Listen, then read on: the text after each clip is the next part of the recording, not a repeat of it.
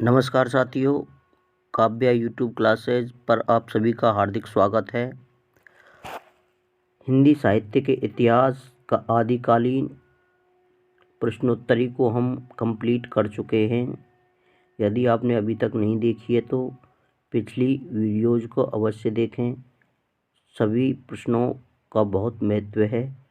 आज हम भक्ति काल की फटाफट रिवीजन MCQs में भाग 1 लेकर आए हैं। 30 प्रश्नों का संकलन किया है। बहुत महत्वपूर्ण प्रश्न है। प्रत्येक प्रश्न किसी न किसी परीक्षा में आया हुआ है। इसी क्रम में हम प्रथम प्रश्न लेते हैं। प्रथम प्रश्न है, आचार्य शुक्ल ने भक्ति काल की समय सीमा क्या निर्धारित की? विकल्प नंबर एक संवत 1050 से 1375। विकल्प नंबर बी संवत 1375 से 1700। विकल्प नंबर सी 1350 से 1650। विकल्प डी इनमें से कोई नहीं। पहले प्रश्न का सही उत्तर है विकल्प बी। विकल्प बी इसका सही, पहले प्रश्न का सही उत्तर है विकल्प बी। विकल्प बी यानी संवत 1375 से 1700 ईस्वी तक आचार्य रामचंद्र शुक्ल जी भक्ति काल का समय सीमा निर्धारित करते हैं। प्रश्न नंबर 2, डॉक्टर नगेंद्र ने भक्ति काल की समय सीमा क्या निर्धारित की है? डॉक्टर नगेंद्र ने भक्ति काल की समय सीमा क्या निर्धारित की है? विकल्प नंबर 1 1350 ईस्वी से 1650 ईस्वी। विकल्प नंबर 2 1375 ईस्वी से 1700 ईस्वी। विकल्प नंबर सी 1400 ईस्वी से 1700 ईस्वी। विकल्प नंबर डी इनमें से कोई नहीं। तो दूसरे प्रश्न का सही उत्तर होगा विकल्प ए, यानी 1350 ईस्वी से 1650 ईस्वी तक डॉक्टर नगेंद्र भक्ति काल का समय सीमा निर्धारित करते हैं। प्रश्न नंबर 3, आचार्य शुक्ल ने भक्ति आंदोलन के उदय का कौन सा प्रमुख कारण इनमें से माना है? विकल्प ए ईसाई धर्म का प्रभाव। विकल्प बी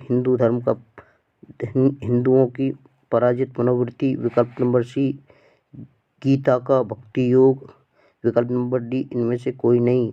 तो तीसरे प्रश्न का सही उत्तर होगा विकल्प नंबर बी, हिंदुओं की पराजित मनोवृत्ति आचार्य शुक्ल जी भक्ति काल का उदय का कारण मानते हैं। प्रश्न नंबर 4, आलवार भक्तों का मूल स्थान कहाँ था? विकल्प नंबर 1 उत्तर भारत।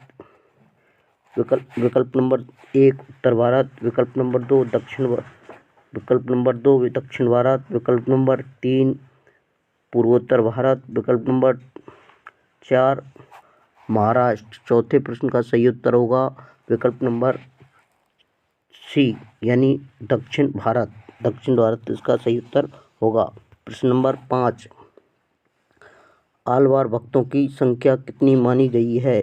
विकल्प नंबर 1 8। विकल्प नंबर 2 12। विकल्प नंबर 3 10। विकल्प नंबर 4 20। प्रश्न नंबर 5वें का सही उत्तर होगा विकल्प नंबर सी यानी 12 आलवारों की संख्या 12 मानी गई है। प्रश्न नंबर 6 देखें तो आलवार भक्त मूलतः किसको कहा जाता है? विकल्प ए वैष्णवों को। विकल्प बी शाक्तों को। विकल्प सी शैवों को। विकल्प डी सिद्धों को। इसमें सी ऊपर लिख गया है, बी नीचे लिख गया है, तो इस बात का भी थोड़ा ध्यान रखना होगा। प्रश्न नंबर 6 में सही उत्तर होगा विकल्प ए इसका सही उत्तर होगा विकल्प ए। प्रश्न नंबर 6 का सही उत्तर होगा विकल्प ए का मतलब वैष्णव। प्रश्न नंबर 7, भक्ति भावना का मूल स्रोत भारत के किस भाग में माना गया? विकल्प नंबर 1 उत्तर भारत। विकल्प नंबर 2 दक्षिण भारत। विकल्प नंबर 3 महाराष्ट्र। विकल्प नंबर डी पश्चिमी उत्तर भाग। प्रश्न नंबर 7 का सही उत्तर होगा प्रश्न नंबर 7 का सही उत्तर होगा विकल्प नंबर बी दक्षिण भारत। दक्षिण भारत को भक्ति भावना का मूल स्रोत माना जाता है। प्रश्न नंबर 8 अद्वैत वेदांत का प्रचार किसने किया था? विकल्प नंबर 1 शंकराचार्य, विकल्प नंबर 2 महावीर स्वामी, विकल्प नंबर सी वल्लभाचार्य, विकल्प नंबर डी महात्मा बुद्ध। 8वें प्रश्न का सही उत्तर होगा विकल्प नंबर 1 यानी शंकराचार्य जी ने अद्वैत वेदांत का प्रचार प्रसार किया था। प्रश्न नंबर 9 इनमें से कौन आलवार भक्त नहीं है? विकल्प नंबर 1 सर्वयोगिनी, विकल्प नंबर 2 कुलशेखर, विकल्प नंबर सी सरैप्पा, विकल्प नंबर डी मुनिवाहन। तो 9वें प्रश्न का सही उत्तर होगा विकल्प नंबर सी सरैप्पा, जो हिंदी के प्रथम कवि माने जाते हैं। प्रश्न नंबर 8 दिव्य प्रबंध किसके पदों का संकलन है?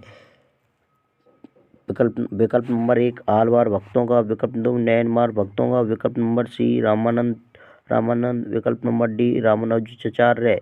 इसका 10वें प्रश्न का सही उत्तर होगा विकल्प नंबर ए यानी आलवार भक्तों का प्रबंध काव्य में संकलन किया गया है आलवार भक्तों के पदों का। प्रश्न नंबर 11 आलवार भक्तों के पद किस भाषा में हैं? ये भाषा है आलवार भक्तों के पद किस भाषा में है? ये भाषा है यह भाषा है कि आलवार भक्त हैं इनके पद किस भाषा में है? ये भाषा है तेलुगु भाषा, तमिल भाषा, हिंदी भाषा या कन्नड़ भाषा। प्रश्न नंबर 11 का सही उत्तर होगा विकल्प नंबर बी यानी तमिल भाषा। प्रश्न नंबर 12 कबीर काव्य में उपलब्ध कुंडली योग शब्द किसके प्रभाव से गृहीत है? विकल्प नंबर ए सिद्ध संप्रदाय से, विकल्प नंबर नाथ संप्रदाय से, विकल्प नंबर सी बौद्ध संप्रदाय से, विकल्प नंबर डी वेदांत योग से। प्रश्न नंबर 12 का सही उत्तर होगा विकल्प नंबर बी यानी नाथ पंथ के प्रभाव से।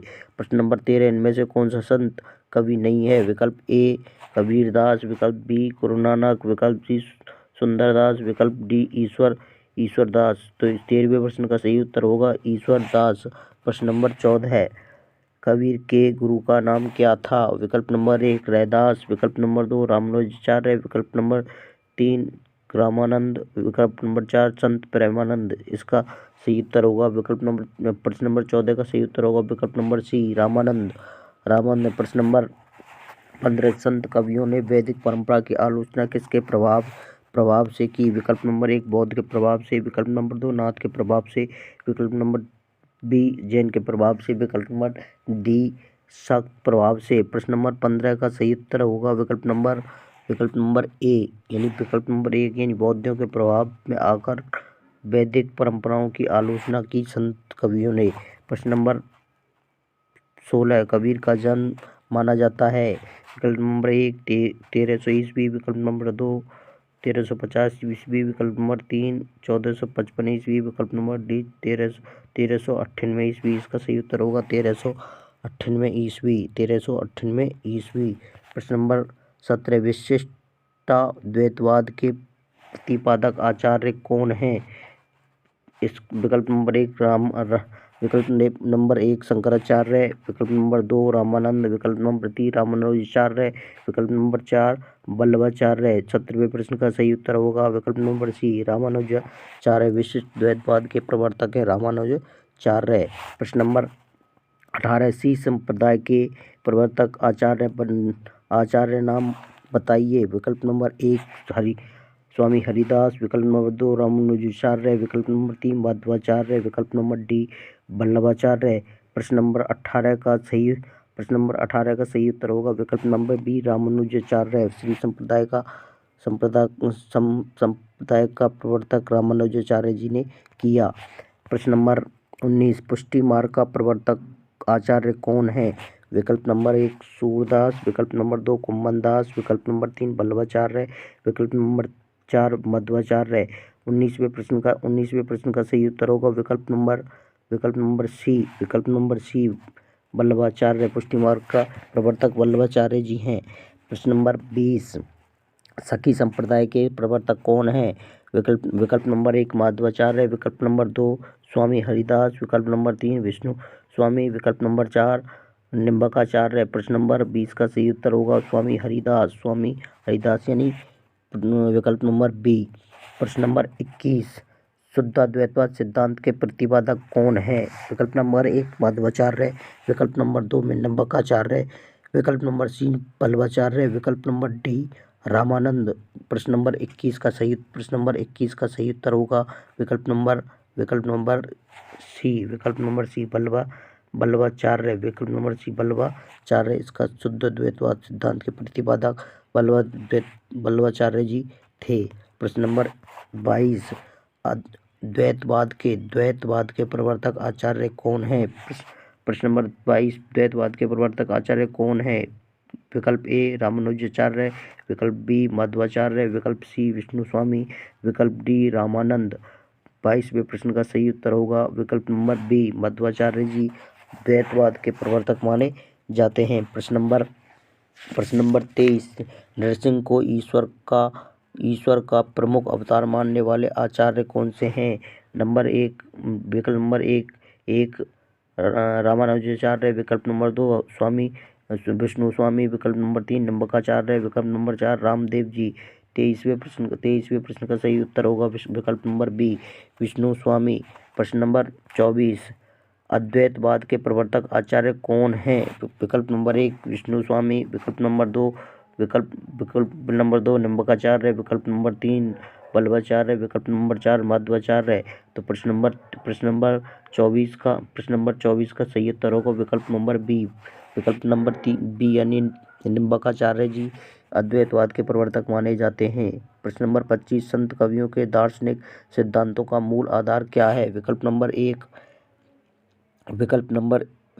1 शुद्ध द्वैतवाद, विकल्प नंबर 2 अद्वैतवाद, विकल्प नंबर 3 नाथ संप्रदाय, विकल्प नंबर 4 बौद्ध संप्रदाय। 25वें प्रश्न का सही उत्तर होगा विकल्प नंबर बी अद्वैतवाद। प्रश्न नंबर 26, इनमें से कौन सा शब्द संत काव्य से संबंधित नहीं है? विकल्प नंबर 1 कुंडली योग, विकल्प नंबर 2 सहज योग, विकल्प नंबर 3 नाथ योग, विकल्प नंबर 4 मारिफत का संत काव्य से संबंधित नहीं है क्योंकि इसका संबंध है प्रश्न नंबर 26। प्रश्न नंबर 27, देखिए इनमें से कौन सी प्रवृत्ति संत काव्य की प्रवृत्ति नहीं है? विकल्प में गुरु की महत्ता, विकल्प नंबर 2 रहस्यवादी भावना, विकल्प नंबर 3 बाह्य आडंबरों का खंडन, विकल्प नंबर 3 वर्ण व्यवस्था का समर्थन। इसका सही उत्तर होगा वर्ण व्यवस्था का समर्थन नहीं करते हैं कौन? संत काव्य के कवि। प्रश्न नंबर 28, वल्लभाचार्य के पुत्र का नाम क्या है? विकल्प नंबर 1 संत हरिदास, विकल्प नंबर 2 गोसाई मलुकनाथ, विकल्प नंबर 3 गोस्वामी विट्ठलनाथ या विठुलनाथ, विकल्प नंबर डी नंददास। 28वें प्रश्न का सही उत्तर होगा गोस्वामी विट्ठल या विठुलनाथ या विट्ठलनाथ। प्रश्न नंबर 29, बांग्ला भाषा में रचित है। विकल्प नंबर 1 कृतवासी रामायण, विकल्प नंबर 2 आध्यात्मिक रामायण, विकल्प नंबर 3 रंग रामायण, विकल्प नंबर 4 भाष्य रामायण। तो 29वें प्रश्न का सही उत्तर होगा विकल्प नंबर 1 कृतवासी रामायण। इसकी रचना बांग्ला भाषा में की गई। प्रश्न नंबर 30, इनमें से कौन सा कथन असत्य है? प्रथम कथन भक्ति आंदोलन के हिंदुओं की पराजित मनोवृत्ति की उपज है, सही कथन है। भक्ति आंदोलन तात्कालिक धार्मिक परिस्थिति की उपज है, यह भी सही कथन है। दक्षिण से आती हुई भक्ति की धारा को पनपने के लिए उपयुक्त परिस्थितियां उत्तर भारत में थीं, ये भी कथन सत्य है। भक्ति भावना ईसाइयों से हिंदुओं को प्राप्त हुई, ये कथन बिल्कुल असत्य है। इस प्रकार हमने 30 प्रश्न पूरे कर लिए हैं। आने वाली क्लास में भी हम भक्ति काल से संबंधित 30 प्रश्नों को ही करेंगे। आप सभी से निवेदन है कि इस वीडियो को कम से कम 5 अपने मित्रों के पास शेयर अवश्य करें। धन्यवाद।